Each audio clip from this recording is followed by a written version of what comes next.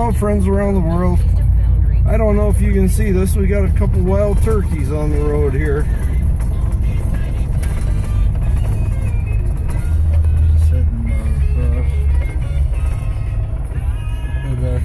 Here. Let's see.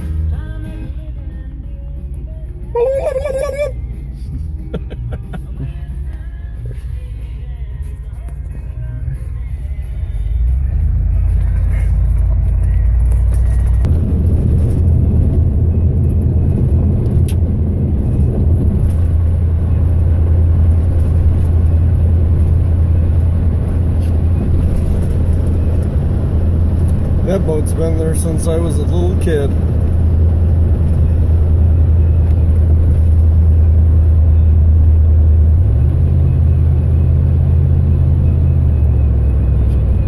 guy named Dave that I knew lived up there.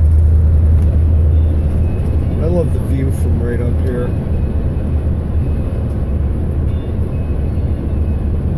Oh, that outline in the very far end, that's Canada. We're approximately 6 miles from the river system that separates us and Canada right now.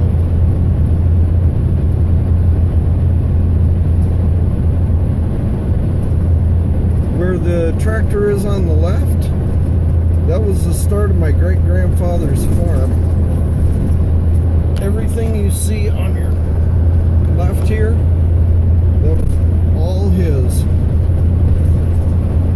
Yeah, when he passed away back in, I believe it was 55, the kids had no problem selling it off and being done with being farmers. I actually had a chance to work on that same farm, I think when I was 14, 15 years old. I lived about 4 miles east of here.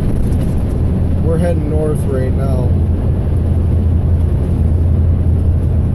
But where this white farmhouse is on the left, that was the end of his farm and the start of the next farm.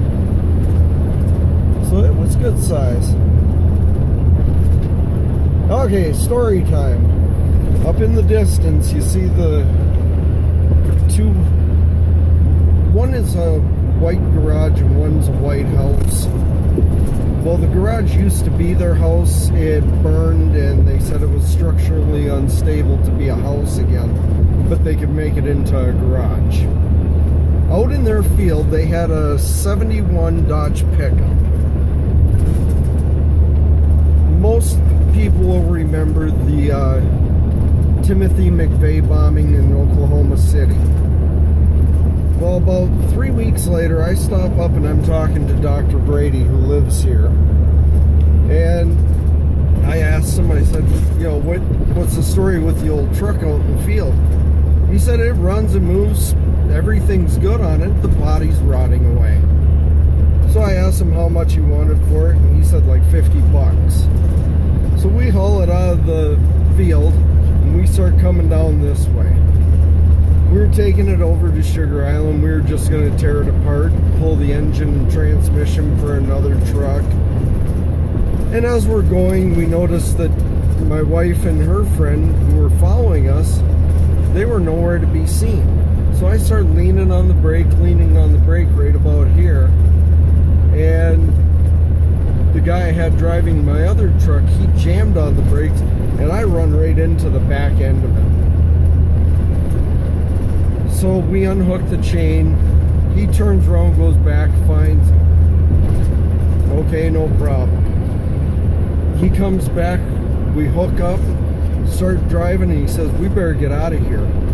I'm like, you know, my truck's legal, we're just towing a parts vehicle. He said, no, you don't understand. He said, didn't you look on the back of this truck? I look on the back.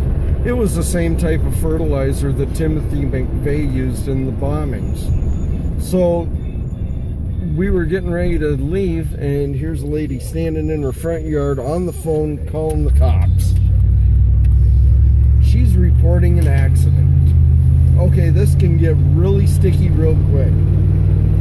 So we start driving, and we get probably about 2 miles down the road, and the sheriff went flying by us. Well, needless to say, we never got in trouble.